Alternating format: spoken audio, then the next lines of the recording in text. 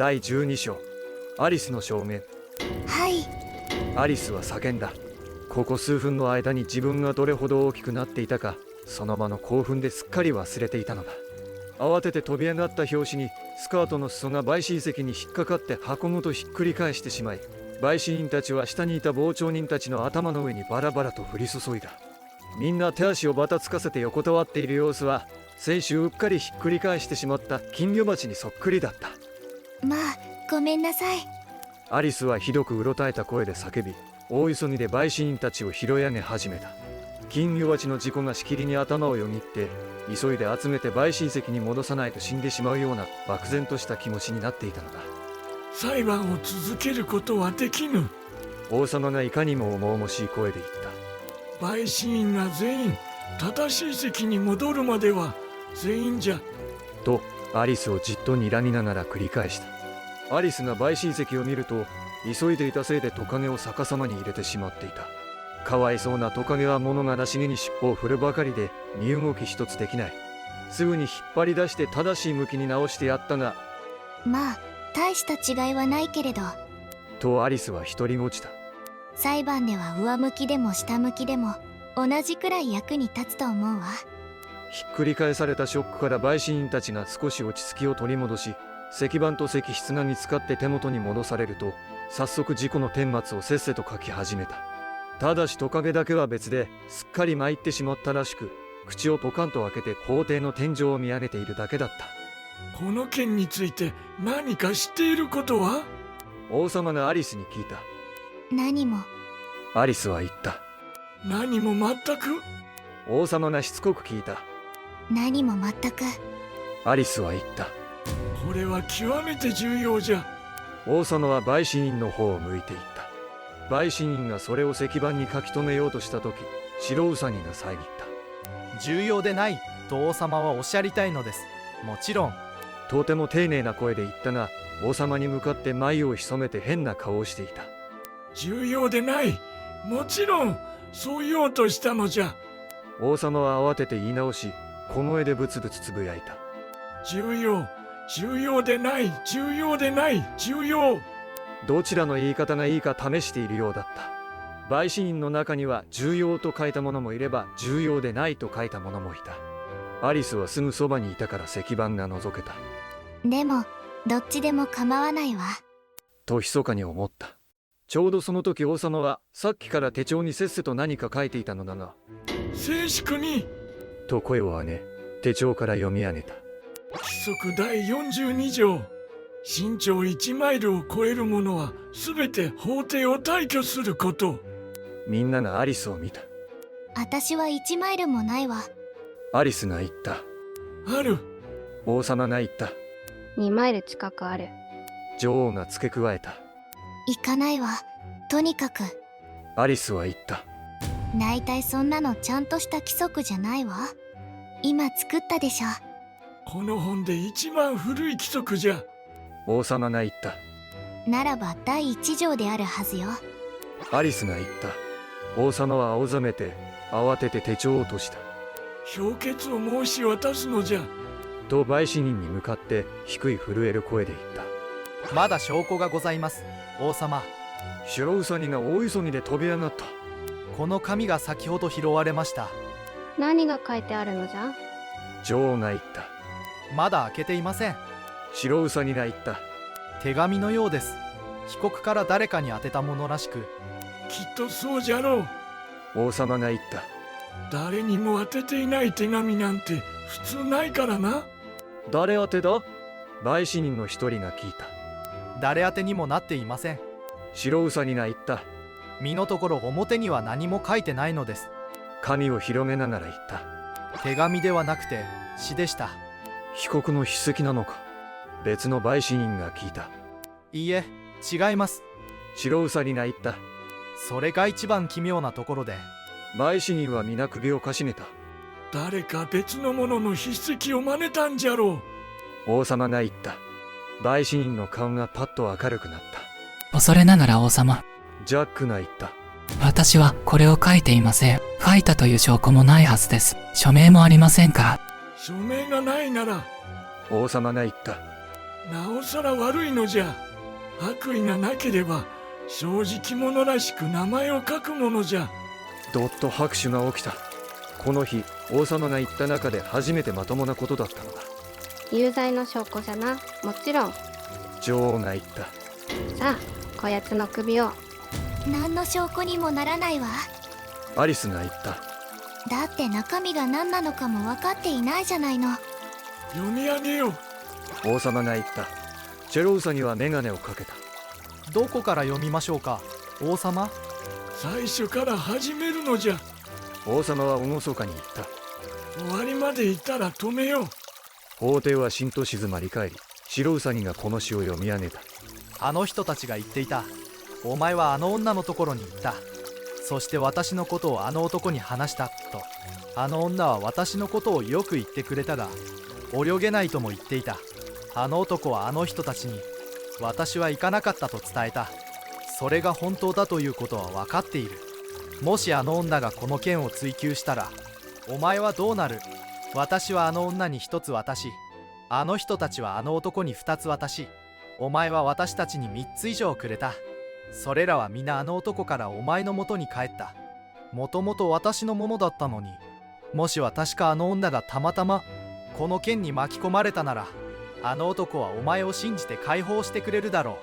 私たちがそうだったように、私が思うに、お前はあの女がこの発作を起こす前は、あの男と私たちとそれとの間の邪魔者だった。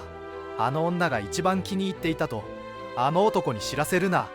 これはずっと秘密にしておかねばならぬのだから、お前と私だけの秘密に。これまでで最も重要な証拠じゃ。王様は手をすり合わせていった。では陪審員。もしこの中の誰かに説明ができるなら。アリスが言った。ここ数分でとても大きくなったから、口を挟むのもちっとも怖くなかった。6点数あげるわ。私にはこの詩に一かけらの意味もあるとは思えないもの。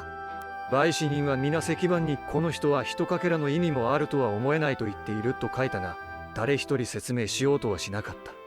意味がないのであれば、王様が言った。面倒が省けるというものじゃ。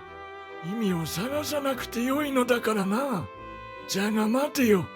詩を膝の上に広げて片目で眺めながら続けた。何か意味がありそうにも見えるぞ。泳げないとも言っていた。お前は泳げるのか？とジャックの方を向いた。ジャックは悲しそうに首を振った。泳げるように見えますか？と言った。確かに見えない。全部厚紙でできているのだから。ここまではよし。王様は詩をブツブツ読み続けた。それが本当だということは分かっている。それは陪審員じゃろう。もしあの女がこの件を追求したら、それは女王のことに違いない。お前はどうなる？全くじゃ。私はあの女に一つ渡し、あの人たちはあの男に二つ渡し。はは、あいつがタルトをどうしたかということじゃな。でもその後に、それらは皆あの男からお前の元に帰ったと書いてあるわ。アリスが言った。ほら、そこにあるではないか。王様はテーブルの上のタルトを指さして息を追いようと言った。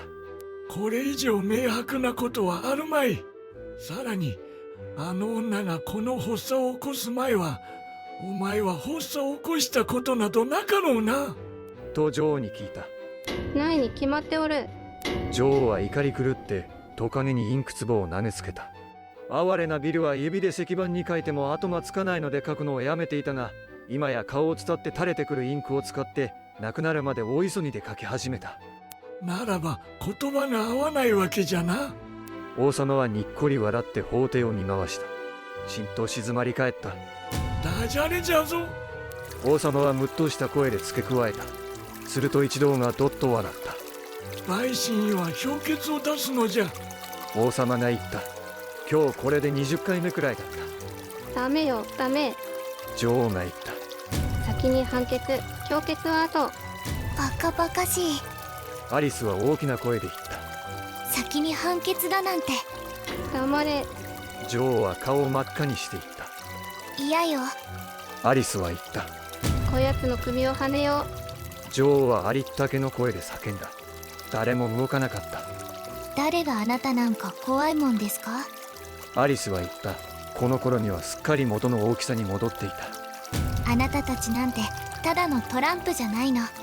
すると一組のトランプが一斉に宙に舞い上がり、アリスに降りかかってきた。キャッと小さな悲鳴を上げた。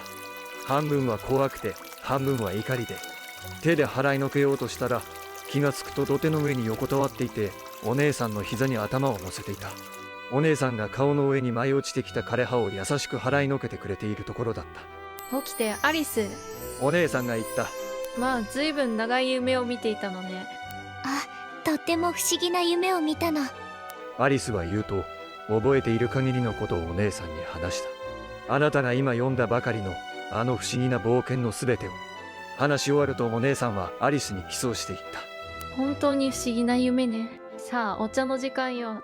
遅くなるわ。アリスは立ち上がって走っていった。走りながら、なんて素敵な夢だったのだろうと思い巡らしていた。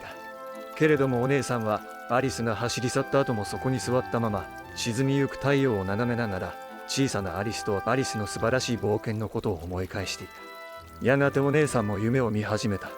こんな夢だった。まず小さなアリスそのものの夢だった。もう一度あの小さな手が膝の上で組まれ、キラキラした好奇心いっぱいの目がこちらを見上げている。